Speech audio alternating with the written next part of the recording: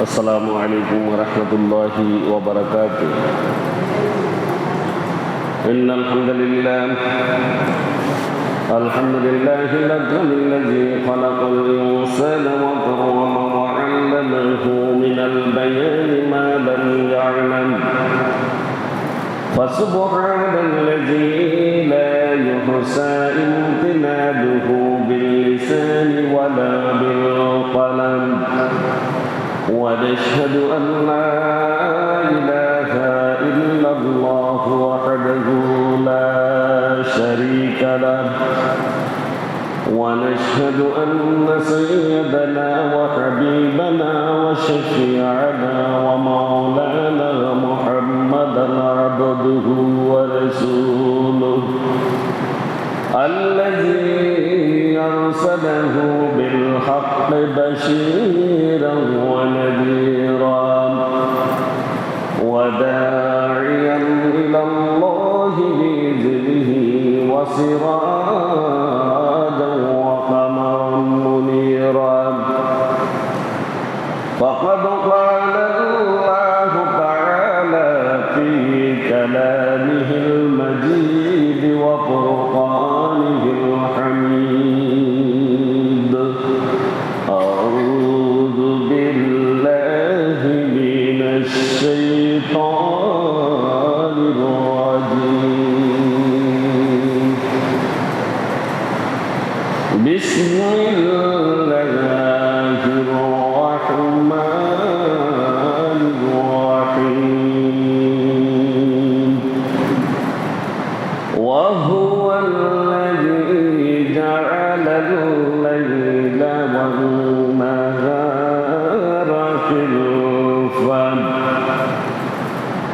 خلفة لمن أراد أن يذكر أو أراد شكورا. وقال تعالى في شأن حبيبه ومحبوبه ومعشوقه مخبرا وآمرا: إن الله وملائكته يصلون على النبي يا أيها الذين آمنوا صلوا عليه وسلموا تسليما. اللهم صل على سيدنا مولانا محمد وعلى آل سيدنا مولانا محمد. محبة شديدة اللهم صل على سيدنا مولانا محمد وعلى آل سيدنا مولانا محمد. চন্দ্র সূর্য গ্রহ তারা লক্ষ কোটি মাখলুকাত দরুদ পড়ে সালাম পড়ে তোমার নামে দিবারাত। আল্লাহুম্মা সাল্লি আলা সাইয়্যিদিনা মাওলানা মুহাম্মদ ওয়া আলা আলি সাইয়্যিদিনা مولانا محمد. بلغ العلا بكماله كشف الدجى بجماله حسنت جميع خصاله. صلوا عليه وآله. ये तेरी मेराज थी कह तुझे कलम तक पहुँचा और मेरी मेराज है कह तक पहुँचा बलग العلا بكماله كشف الدجى بجماله حسنت جميع خصاله صلوا عليه وآله محمد سيد القرنين والثقلين والفريقين من عرب ومن عجم بلغ العلا بكماله كشف الدجى بجماله حسنت جميع خصاله صلوا عليه وآله ঐতিহ্যবাহী সোনুয়া কেন্দ্রীয় জামে মসজিদে পবিত্র জুমার সাদাত আদায় উপলক্ষে সমবেত সম্মানিত মুসল্লিয়ান কিরাম, অত্র এলাকার সর্বস্তরের তৌহিদি জনতা, পর্দার আড়ালের মা ও বোনেরা, আসসালামু আলাইকুম ওয়া রাহমাতুল্লাহি ওয়া বারাকাতুহু। মহান আল্লাহ রাব্বুল আলামিনের শুকরিয়া আদায় করছি যে আল্লাহ রাব্বুল আলামিন তার অসংখ্য অগণিত বান্দা থেকে বাছাই করে, দয়া করে, মায়া করে এই দুটি কয়েকজনকে আগেভাগে মসজিদে সমবেত হওয়ার তৌফিক এনায়েত করেছেন। এজন্য মহান মনিবের দরবারে শুকরিয়া আদায় করি, প্রত্যেকে বলি আলহামদুলিল্লাহ। আল্লাহর কাছে তৌফিক কামনা করছি যে সকল বান্দা যারা এই জুমার দিবসেও নিজেকে আল্লাহর সামনে আগেভাগে পেশ করতে পারে না, হাজির হতে পারে না, মহান আল্লাহ পাক রব্বুল আলামিন তাদেরকে দুনিয়া বিমুখতা অর্থাৎ দুনিয়ার যে মুখাপেক্ষি তারা সেখান থেকে ফিরে আগেভাগে মসজিদে সমবেত হওয়ার জন্য আল্লাহ রাব্বুল আলামিন তৌফিক দিক করতে বলি আমিন। রাসূল আমিন সাল্লাল্লাহু আলাইহি সাল্লামের উপরে দরুদ ও সালাম পেশ করছি, যিনি বিশ্ব মানবতার মুক্তির দূত, যিনি এই মানবতার বন্ধু, আখেরি নবী হযরত মুহাম্মদ রাসূলুল্লাহ সাল্লাল্লাহু আলাইহি সাল্লামের প্রতীক। আমরা যার আগমনে এই দুনিয়াতে ধন্য জাতি হিসেবে পরিচিতি লাভ করেছি।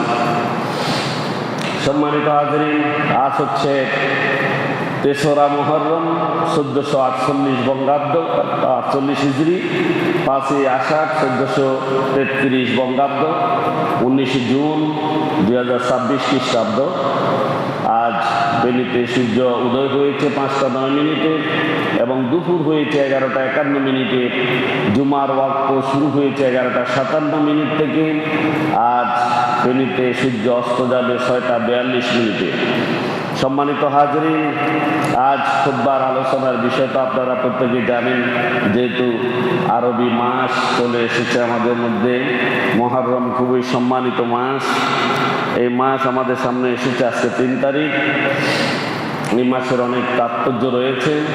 আমরা আজ এই মুহররমের কিছু তাৎপর্য, গুরুত্ব, ফজিলত এগুলো নিয়ে আলোচনা করার চেষ্টা করব ইনশাআল্লাহ। মহান আল্লাহ পাক রব্বুল আলামিন আমাদেরকে তৌফিক দান করুন। মুহররম এর কিছু তাৎপর্য রয়েছে, এটার কিছু ফজিলত আছে। এই মুহররমে আমাদের কিছু করণীয় কাজ আছে, এখানে রোজার হুকুম আছে, এরপরে আমাদের বর্জনীয় কিছু আমল রয়েছে, এরপরে মানুষ যখন মারা যায় তখন মানুষের মৃত্যুতে আমাদের করণীয় কি এটাও আমাদের জানা দরকার। এরপরে আরও কিছু বিদআতি বা ভুলভ্রান্তি কিছু আমল আমাদের সমাজে প্রচলিত আছে, এগুলো নিয়েও কিছু আলোচনা করা দরকার। তারপরে শোক পালন করা, এই যে মুহররমের 10 তারিখ আসলে যেইভাবে রাস্তায় রাস্তায় শোকের কান্না শুরু হয়, এটা নিয়েও আমাদের কিছু কথা বলা দরকার আছে। ইনশাআল্লাহ আমরা সংক্ষেপে বলার চেষ্টা করবো। আল্লাহ তৌফিক দান করুন, করতে বলি আমিন।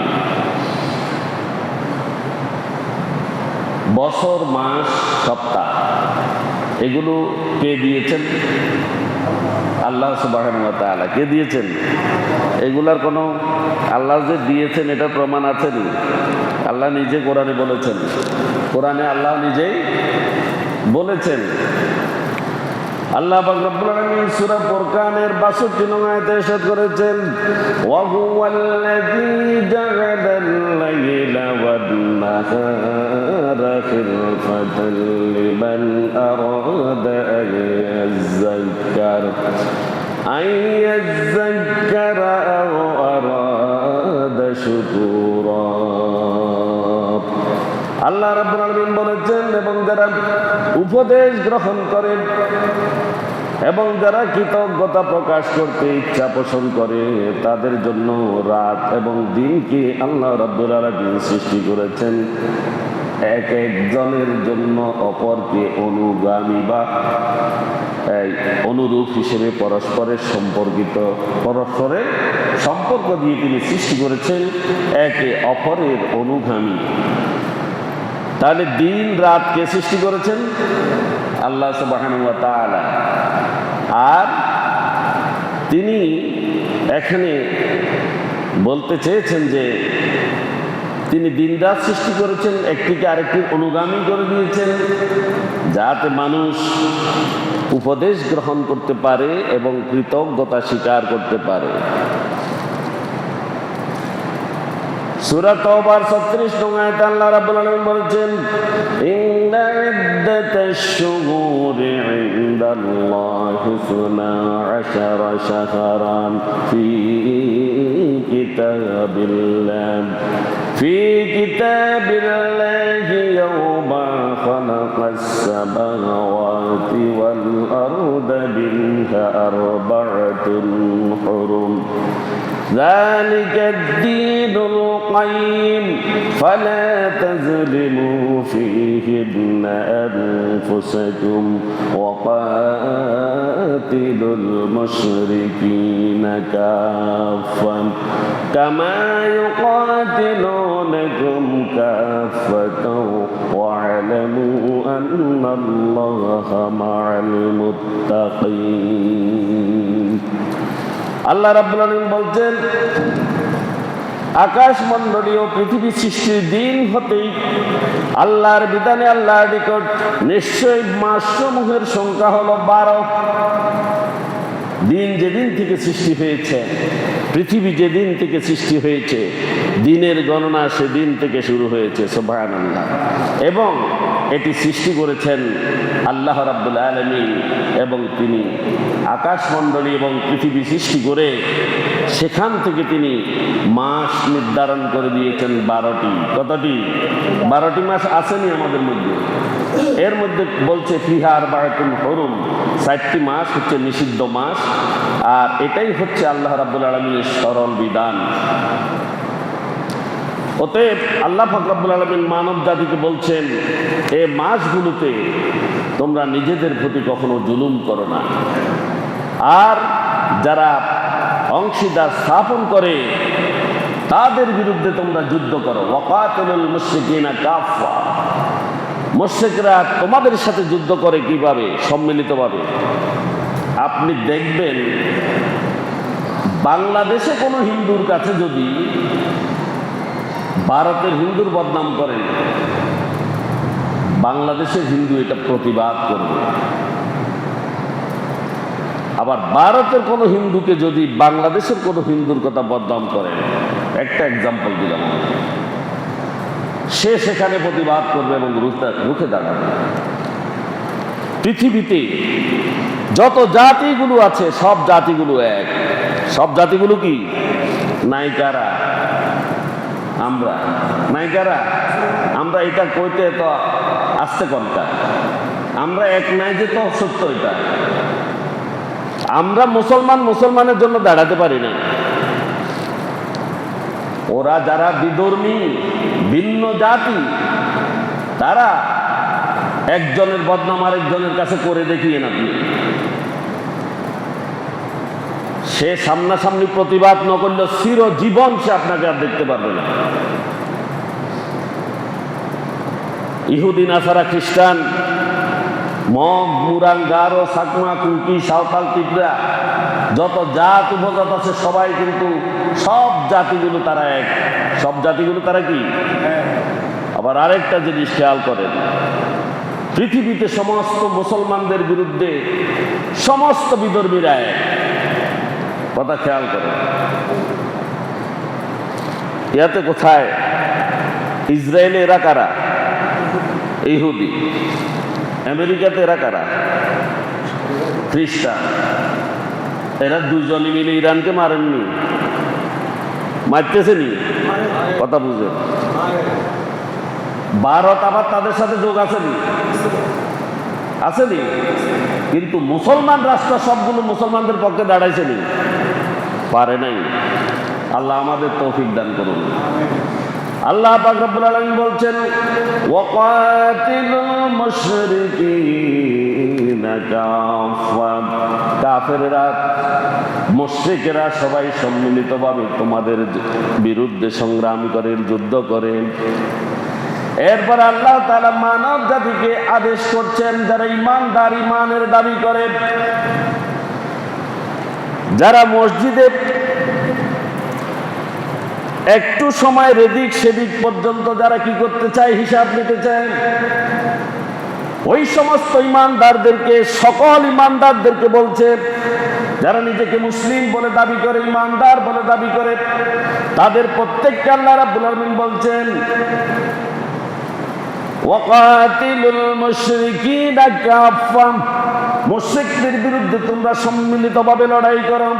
কামা ইউকাতিলুনাকুম কাফা, যেভাবে গোটা বিশ্বের মুশরিকেরা তোমাদের সাথে সম্মিলিতভাবে লড়াই করে। তাহলে আল্লাহর কথা আমরা শুনিয়েননি, শুনিয়েননি? নিজেরা নিজেরা লাগিয়েছি দ্বন্দ্ব। এক মুসলমান আরেক মুসলমানের পিছনে লেগে আছে, কিন্তু অন্যান্য মুশরিকেরা তারা কিন্তু এক।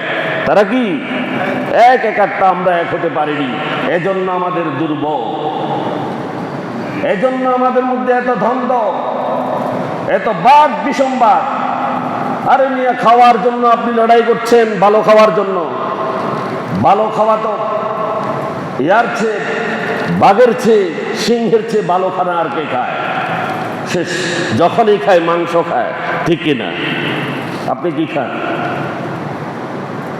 সমুদ্রে বড় বড় প্রাণীগুলো আছে, সেই প্রাণীদেরকে আদারকে দিচ্ছে আল্লাহ সুবহানাহু ওয়া তাআলা। বিশাল বিশাল হাঙ্গর তিনি, এরা কি খানা খাচ্ছে না? এরা কি লড়াই করছে? তারা কি একে অপরকে সমুদ্র থেকে তুলে দিচ্ছে? বেরিয়ে যায় সমুদ্র থেকে, থাকতে পারবি না। তাদের খাবারের কোথাও কোনো অভাব পড়ছে? সবাইকে খাবার দেবে কে? আল্লাহ সুবহানাহু ওয়া তাআলা। আপনাকে লড়াই করতে হবে না, আরেকজনের খাবার কেড়ে নিতে হবে না, আরেক মুসলমানকে তার হক থেকে বঞ্চিত করতে হবে না।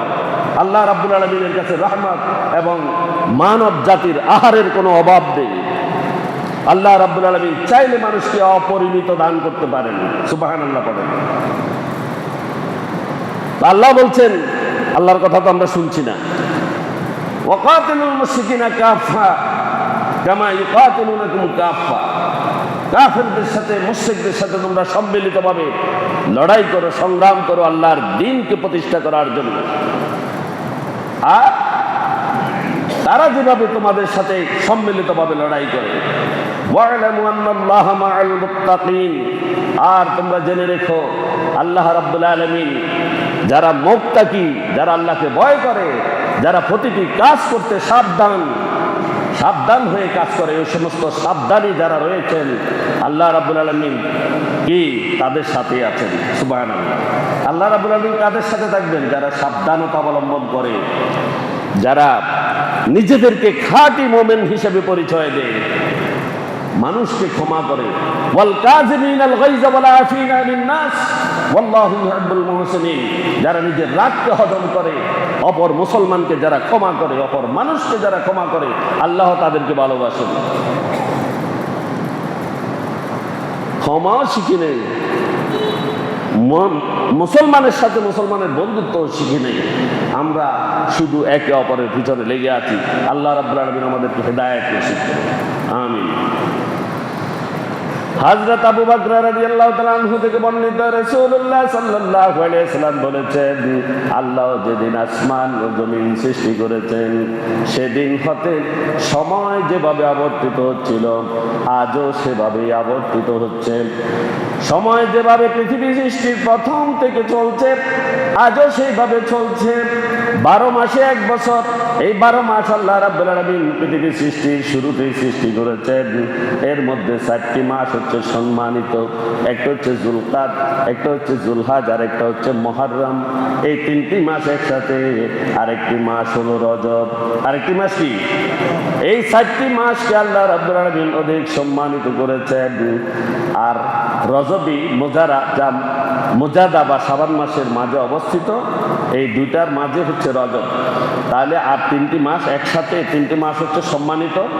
আর এগুলাতে হারাম বলতে এখানে যুদ্ধ বিগ্রহ হারাম, এটার আরেক ইতিহাস আছে। এগুলো সম্পূর্ণ নিষিদ্ধ এই 4টি মাসে। এছাড়া এই মাসগুলো আল্লাহ রাব্বুল আলামিন সৃষ্টি করেছেন। এখন তো আমরা এই মাসগুলোর কথা ভুলে গেছি। আমরা মুসলমান, আমাদেরকে যদি কেউ বলে তুই মুসলমান ন, এর খবর আছে, ঠিকই না? এর খবর আছে। এখন মুসলমান সবাইকে জিজ্ঞাসা করেন আর ওই 12 মাসের নাম জানেনি? মুহররম, সফর, রবিউল আউয়াল, রবিউল সানি, জামাদিউল উলা, জামাদিউল সানি, রজব, শাবান, রমাদান, শাওয়াল, যুলকাদ, যুলহজ, এগুলো মুসলমানেরা শিখছেনি সবাই। এরা কিন্তু ওই বাংলা ঠিক মতো জানে, আবার বাংলার হিসাবও নাই। বাংলার হিসাবও নাই। আমরা এখন ইংরেজি লিয়ে আছি। কি নিয়ে আছি? আরবিটার খবর আমাদের একদম নাই, আছি ইংরেজি নিয়ে। বাংলারও খবর নেই। বাংলা তো আমরা 8ই ফাল্গুন পালন করি 21শে ফেব্রুয়ারিতে। কি 8ই ফাল্গুন করতে পারে না করি? 8ই ফাল্গুন পালন করে না, 21শে ফেব্রুয়ারি পালন করে। এমনি বাংলার জন্য কিন্তু নিবেদিত প্রাণ। বাংলা ভাষা হরান দিয়ে লাভ, কথা বুঝছেন? ভাষা দিবস পালন করে, কিন্তু 8ই ফাল্গুন যে এটা করতে একটু না। সেদিন করতে পারবো এটা 21শে ফেব্রুয়ারি। কি 21শে ফেব্রুয়ারি? ইংরেজি আছে, আরবি তো নাই। আল্লাহ আমাদেরকে শিখার তৌফিক দান করুন, বুঝার তৌফিক দিন, আমিন। এরপরে আসেন আশুরার রোজা আছে না? আশুরাতে রোজা আছে। কয়টা রোজা? আমি এমনি বলি দিই কয়টা। আশুরার রোজা 9 তারিখও রাখতে পারবেন, 10 তারিখও রাখতে পারবেন, 11 তারিখও রাখতে পারবেন। আবার ইচ্ছা করলে 1 তারিখে তো 10 তারিখও রাখতে লাগবে। 1 তারিখ থেকে 10 তারিখ পর্যন্ত রাখতে পারবেন। এই দিক দিয়ে শুধু একটি ঘটনা সংঘটিত হয়েছিল। আল্লাহ রাব্বুল আলামিন সূরা বাকারায় ইরশাদ করেছেন, ওয়া ইয ফারাকনা বিকুমুল বাহরা ফাআনজাইনাকুম ওয়া আগরাকনা আলা ফিরআউনা ওয়া আনতুম তানজুরুন। আসেনি কোরআন শরীফে? এই দিন এই ঘটনা সংঘটিত হয়েছিল, বিশাল এক ঘটনা। সেদিন মুসা আলাইহিস সালামের বাহিনীকে বনি ইসরাইলের 11টি কওম, 12টি কওম, কতটি? 12টি কওম। তারা যখন আল্লাহর আদেশে মিশর থেকে বেরিয়ে পড়েছিল, তখন ফেরাউনের বিশাল বাহিনী পিছন দিক থেকে দাওয়া করেছিল। আর তাদের যে বিশাল 1,40,000 এর বিশাল হাতির বাহিনী ছিল, তাদের যে লোক ছিল, পদাতিক সৈন্য ছিল, সবগুলো নিয়ে যখন মুসলমানদেরকে তাড়াইতেছিল, সামনে লোহিত সাগর, পিছনে ফেরাউনের সৈন্যবাহিনী। এখন মুসা আলাইহিস সালাম সমুদ্র দেখে থমকে দাঁড়িয়ে গেলেন সমুদ্রের সামনে। আমি কিভাবে সামনের দিকে অগ্রসর হব? আল্লাহ পাক রব্বুল আলামিন মুসা আলাইহিস সালামকে বললেন, কি ওই লাঠি দ্বারা আঘাত করো। লাঠি ছিল মুজিজা। লাঠি ছিল কি? মুজিজা মুসা আলাইহিস সালামের। ওখান থেকে তারা যখন পানির অভাব করছিল, আল্লাহ রাব্বুল আলামিন তখনও বলেছেন, বিআসাকাল হাজারা, এই লাঠি দ্বারা পাথরে আঘাত করো। আর আল্লাহ বলছেন, ফানফাজারাত মিন হুসনাতা আশারাতা আইনা, আর সেখান থেকে 12টি ঝর্ণা দ্বারা প্রবাহিত হয়ে গেছে। সুবহানাল্লাহ। মুসা আলাইহিস সালামের লাঠির মুজিজা। প্রতিটা কওমের জন্য একটি করে লাঠির ঝর্ণা প্রবাহিত হয়েছে। লাঠির বাড়িতে, এক বাড়িতে 12টি ঝর্ণা। সুবহানাল্লাহ বলেন। 12টি ঝর্ণা বেরিয়েছে। ওই ঝর্ণাতে তারা পানি পান করেছে প্রতিটা কওম। ঠিক মুসা আলাইহিস সালাম সমুদ্রের সামনে যখন থমকে দাঁড়ালেন, আল্লাহ রাব্বুল আলামিন বললেন, দাঁড়িয়ে কি দেখছো? সমুদ্রে আঘাত করো। আঘাত করার সাথে সাথে সেখান থেকে এই 12টি কওমের জন্য 12টি রাস্তা হয়ে গেল। সুবহানাল্লাহ। কতটি? 12টি রাস্তা হয়ে গেছে। এখন রাস্তা হয়েছে কেমনে? আল্লাহ রাব্বুল আলামিন নিচ থেকে মাটিকে তুলে দিয়েছেন। সুবহানাল্লাহ।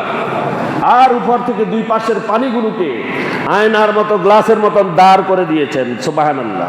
এইভাবে দাঁড়িয়ে গিয়েছে পানি, আর মাঝখান দিয়ে রাস্তা। মুসা আলাইহিস সালামের এক একটি কওম অপর কওমকে পানির, স্বচ্ছ পানির মধ্য দিয়ে তারা একে অপরকে দেখতেছিল এবং তারা একে অপরের সাথে কথা বলতে বলতে সমুদ্র পার হয়ে গিয়েছিল। সুবহানাল্লাহ।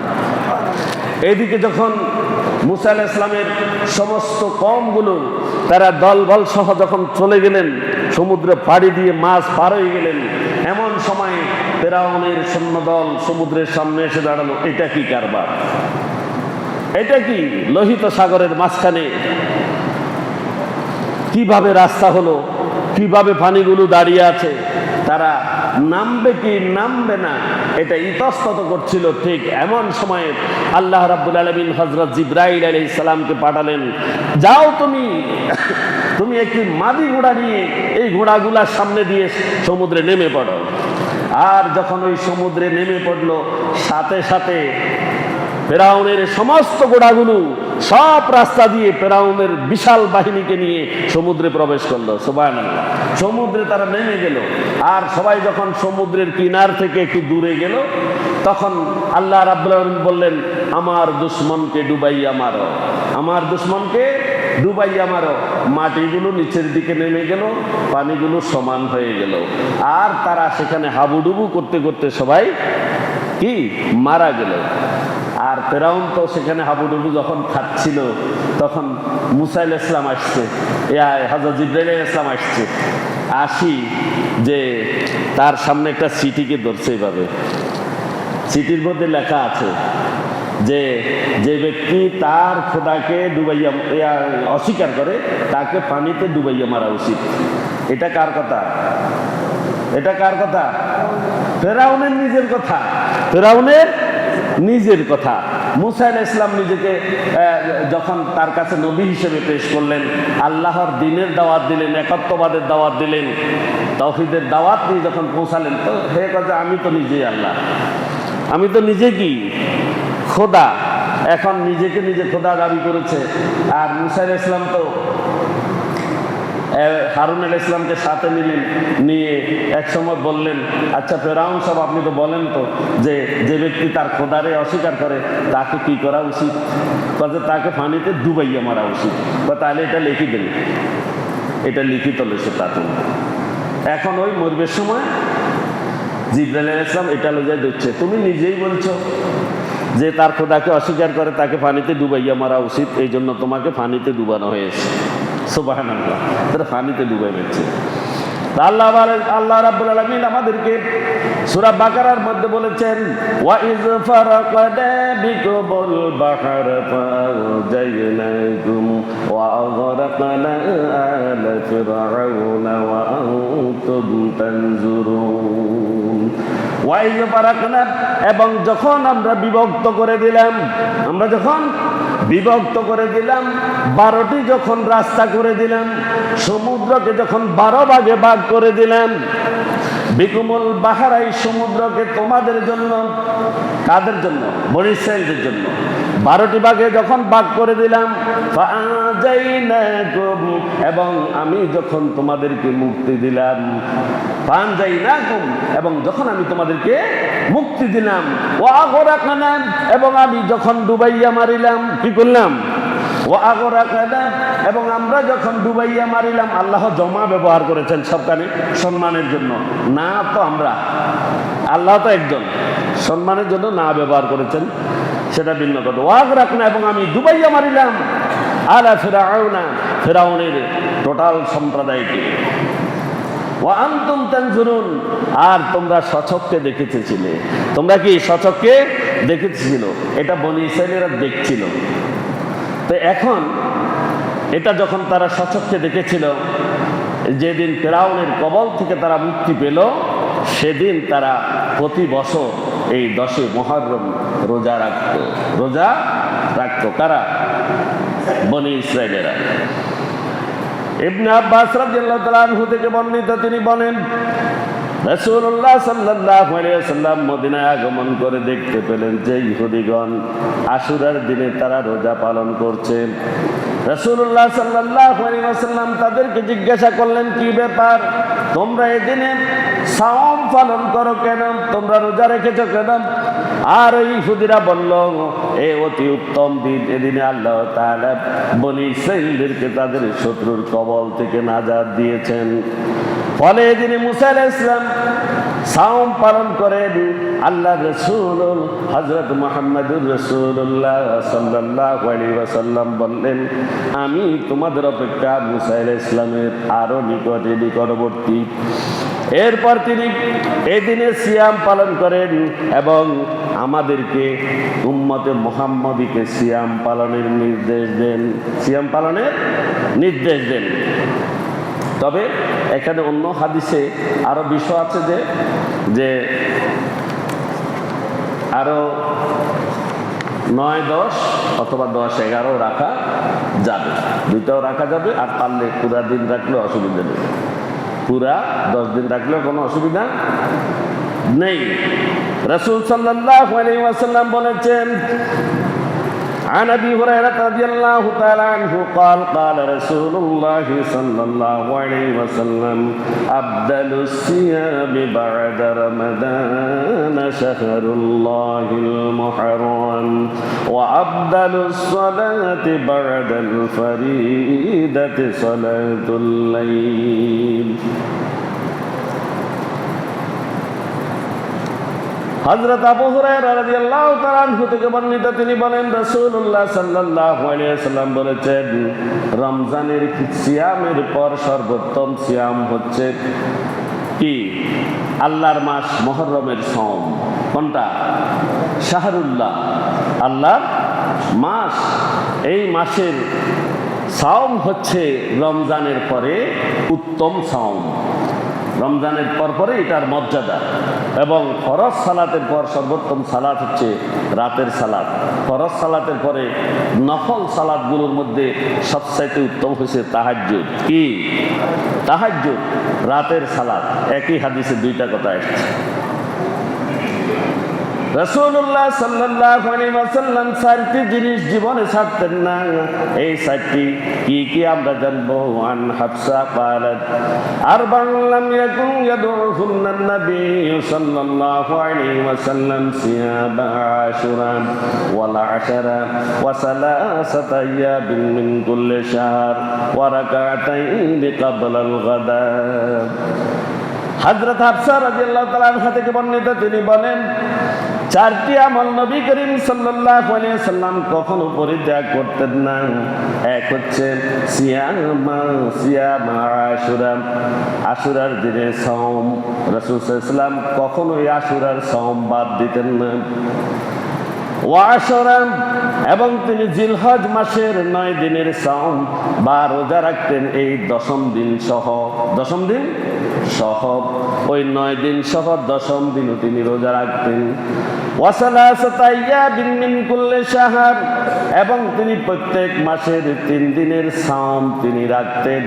প্রতিটা মাসে 3 দিন তিনি রোজা রাখতেন। এরপরে বলছেন ওয়ারাকাতাইন কাবলাল গাদা, এবং ফজরের 2 রাকাত সুন্নত তিনি কখনো ছাড়তেন না। ফজরের 2 রাকাত সুন্নত কখনো তিনি ছাড়তেন না। এই 4টা আমল আল্লাহ আমাদের করার তৌফিক দান করুন, আমিন। একটা আশুরার সাওম, একটা জিলহজ মাসের 9 দিনের, এটা 10টা মানে রাখা যায়। প্রত্যেক মাসে 3টা করে রোজা এবং ফজরের সুন্নাত, এটা রাসূল কখনো ছাড়তেন না। 10 মুহররমের রোজার ফজিলত কি?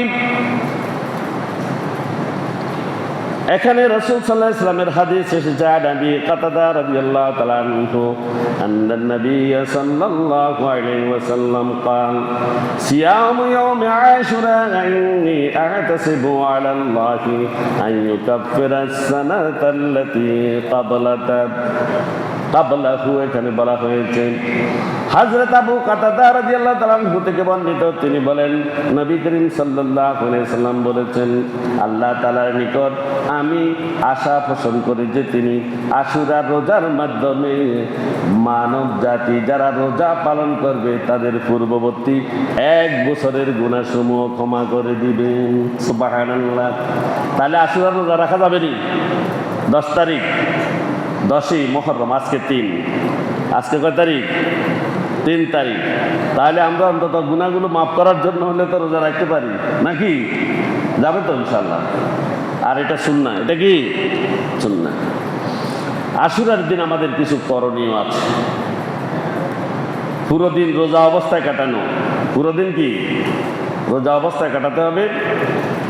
ইবনে আব্বাস রাদিয়াল্লাহু তাআলা আনহু থেকে বর্ণিত, তিনি বলেন আমি রাসূলুল্লাহ সাল্লাল্লাহু আলাইহি ওয়াসাল্লামকে আশুরার দিনের সাওমের উপরে অন্য কোনো দিনের সাওমকে প্রাধান্য প্রদান করতে দেখিনি। এই মাস অর্থাৎ রমজান মাসের উপর অন্য মাসের গুরুত্ব প্রদান করতেও তিনি দেখিনি। রমজান মাস তার কাছে ছিল অত্যন্ত গুরুত্বপূর্ণ, আর আশুরার সাওম ছিল অন্যান্য সাওমের মধ্যে গুরুত্বপূর্ণ। এটা ছিল রাসূল সাল্লাল্লাহু আলাইহি ওয়াসাল্লামের কাছে। তাহলে কত তারিখে রোজা রাখবো? 9 নাকি 10? 9 এবং 10 উভয়টাই উত্তম। তিরমিজি শরীফে উল্লেখ আছে, দোনোটা রাখা যাবে, দোনোটা রাখা যাবে। হযরত ইবনে আব্বাস রাদিয়াল্লাহু তাআলা আনহু থেকে বর্ণিত, তিনি বলেন রাসূলুল্লাহ সাল্লাল্লাহু আলাইহি ওয়াসাল্লাম 10ম তারিখে আশুরার রোজা পালন করতে আদেশ করেছেন। আব্দুল্লাহ ইবনে আব্বাস রাদিয়াল্লাহু তাআলা আনহু থেকে বর্ণিত, তিনি বলেন রাসূলুল্লাহ সাল্লাল্লাহু আলাইহি ওয়াসাল্লাম যখন আশুরার দিন সিয়াম পালন করেন এবং লোকদের সিয়াম পালনের যখন নির্দেশ দেন, তখন সাহাবীগণ বললেন, ইয়া রাসূলুল্লাহ সাল্লাল্লাহু আলাইহি ওয়াসাল্লাম, ইহুদি এবং নাসারারা ওই দিন রোজা রাখে, ওই দিনকে তারা সম্মান প্রদর্শন করে থাকে। এই কথা শুনে রাসূলুল্লাহ সাল্লাল্লাহু আলাইহি ওয়াসাল্লাম বললেন, ইনশাআল্লাহ আগামী বছর থেকে আমরা 9 তারিখেও রোজা রাখবো। কয় তারিখে? যেন তাদের সাথে মিলে না যায়, যেন তাদের সাথে মিলে না যায়। আমরা 9-10 রাখবো, 9-10 রাখবো, এটা একটা হাদিস। কিন্তু আফসোস রাসূল সাল্লাল্লাহু আলাইহি ওয়াসাল্লামের পরের বছর আর সময় পাননি, আর সময় পাননি, কিন্তু তিনি আমাদেরকে এটা পালন করার জন্য বলেছেন। হযরত আলী রাদিয়াল্লাহু তাআলা আনহু থেকে বর্ণিত, তিনি বলেছেন এক ব্যক্তি তাকে প্রশ্ন করলো, রমজান মাসের পর কোন মাসের রোজা রাখতে আপনি আমাকে আদেশ করবেন? হযরত আলী রাদিয়াল্লাহু তাআলা আনহু বললেন, এই বিষয়ে আমি কাউকে রাসূল সাল্লাল্লাহু আলাইহি ওয়াসাল্লামের নিকট প্রশ্ন করতে শুনিনি। তবে হ্যাঁ, এক সময় আমি রাসূলুল্লাহ সাল্লাল্লাহু আলাইহি ওয়াসাল্লামের নিকটে বসা অবস্থায় ছিলাম। ওই সময় এক ব্যক্তি এসে রাসূল সাল্লাল্লাহু আলাইহি ওয়াসাল্লামকে বলল, হে আল্লাহর রাসূল, রমজান মাসের পর কোন মাসে রোজা পালনে আপনি আমাকে আদেশ করবেন? রাসূল সাল্লাল্লাহু আলাইহি ওয়াসাল্লাম বললেন, রমজান মাসের পর তুমি যদি আরো রোজা রাখতে ইচ্ছুক হও তবে মুহররমের রোজা রাখো। কিসের রোজা? মুহররমের রোজা রাখো। আমাদের সময় কমে গেছে, আমরা সামনে দ্রুত যাই। যে কিছু বর্জনীয় আমল আছে 7টি। কয়টি? 7টি বর্জনীয় আমল আমাদের আছে। 1 নম্বর হচ্ছে তাজিয়া মিছিল বের করা, এটা বেদাত। কুল্লু বিদআতিন দালালা ওয়া দালালাতিন ফিন্নার। নাকি প্রত্যেক দিনের মধ্যে যত বেদাত আছে সবগুলো হচ্ছে পথভ্রষ্টতা, আর সকল পথভ্রষ্টতা দোজখের আগুনেই প্রবেশ করবে, দোজখে যাবে। তাহলে এই তাজিয়া মিছিল বের করা যাবে না, যাবে না। এদিন মিষ্টি খাওয়া যাবে না। মিষ্টি যদি এদিন খাইতে হয়, সারা বছর আপনাকে খাইতে হবে। কেন খাইতে হবে? কোনো না কোনো দিন সেই কারবালার চাইতে আরো ভয়ঙ্কর ঘটনা ঘটছে। হযরত ইমাম হাসান হুসাইনের পিতা হযরত আলী রাদিয়াল্লাহু তাআলা আনহু কি শহীদ হন নাই? সেদিন পালন করেন না কেন? তিনি তো নিহত হয়েছেন, শাহাদাত বরণ করেছেন, নাকি? সেদিনটা পালন হয় না কেন?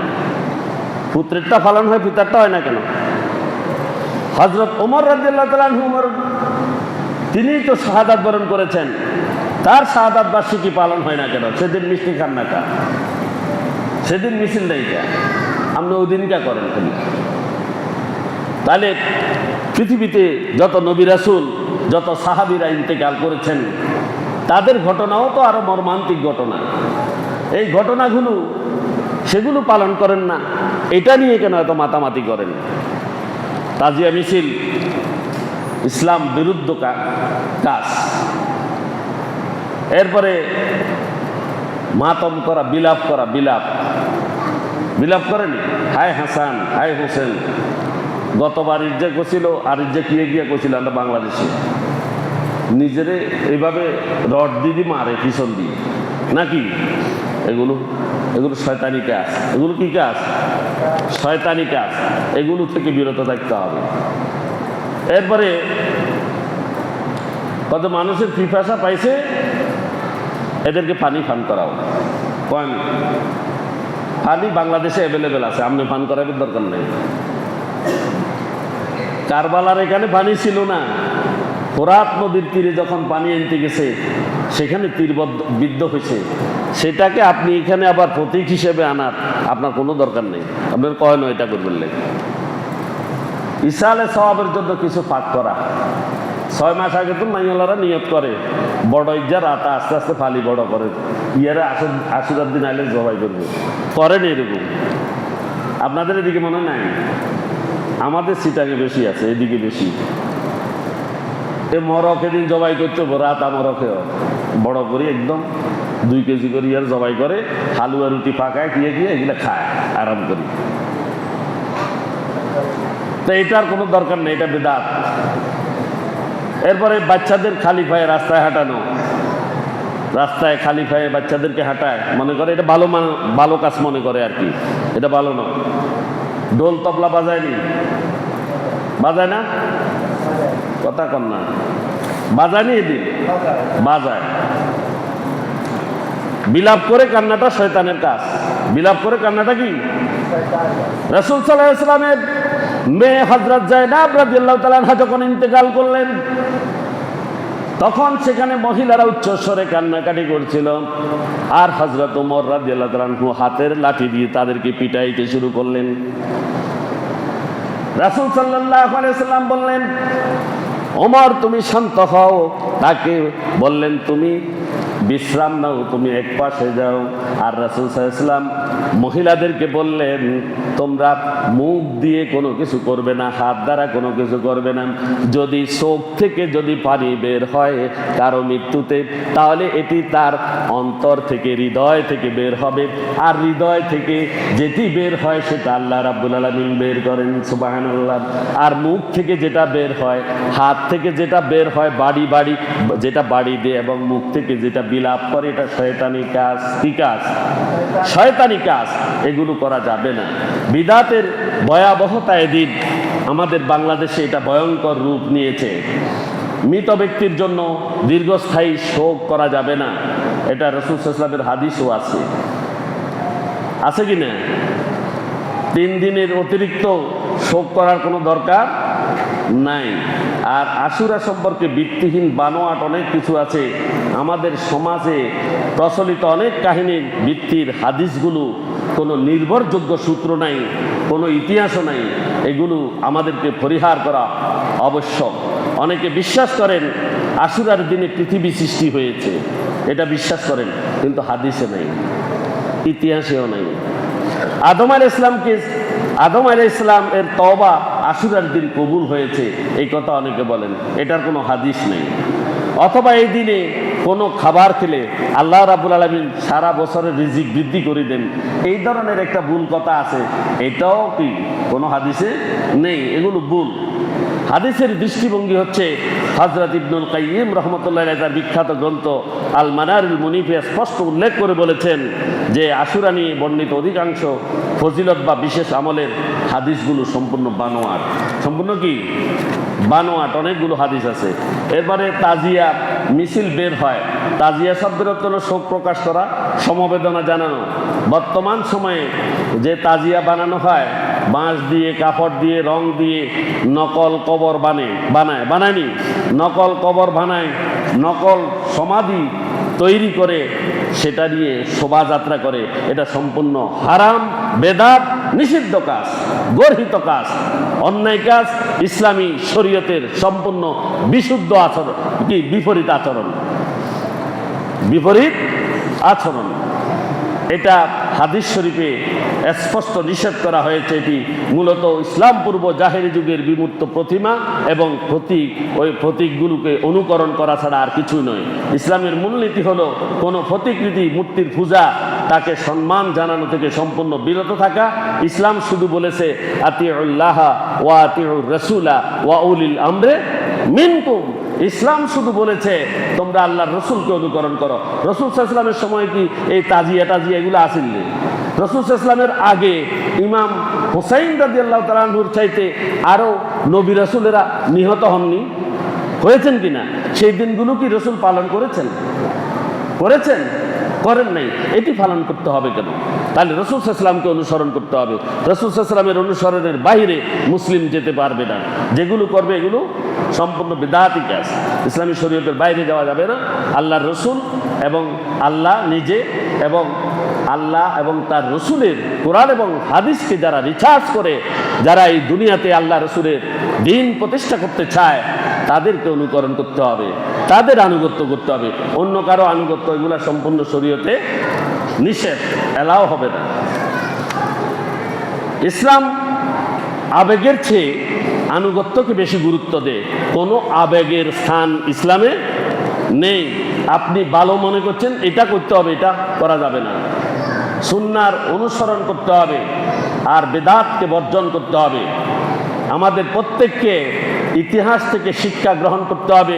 ত্যাগের মন মানসিকতা নিজেদেরকে সৃষ্টি করতে হবে আল্লাহর দ্বীনের জন্য। আবেগের তুলনায় আনুগত্যকে প্রাধান্য বেশি দিতে হবে। ইসলামী স্বকীয়তাগুলো সমাজে প্রতিষ্ঠিত করতে হবে, বজায় রাখতে হবে। আর সর্বক্ষেত্রে আমাদেরকে মেনে নিতে হবে চূড়ান্ত ফয়সালা কার? আল্লাহ সুবহানাহু ওয়া তাআলা। তার ফয়সালার উপরে আমাদের সন্তুষ্টি, ঠিক না? আর আমাদের কাজের উপরে তার সন্তুষ্টি, তার সন্তুষ্টি। আমরা যদি আল্লাহর অনুগত হই,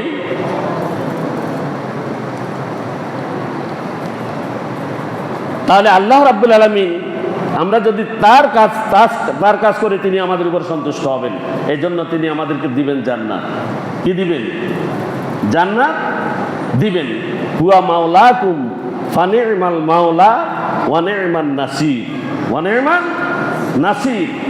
তিনি হচ্ছেন তোমাদের সর্বোত্তম অভিভাবক, আর সর্বোত্তম অভিভাবক হিসেবে তিনি হচ্ছেন তোমাদের সর্বোত্তম সাহায্যকারী। কি সাহায্যকারী? এটার চাইতে আর কোনো কিছু নেই।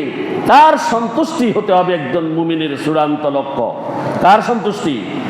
আল্লাহ রাব্বুল আলামিনের সন্তুষ্টি।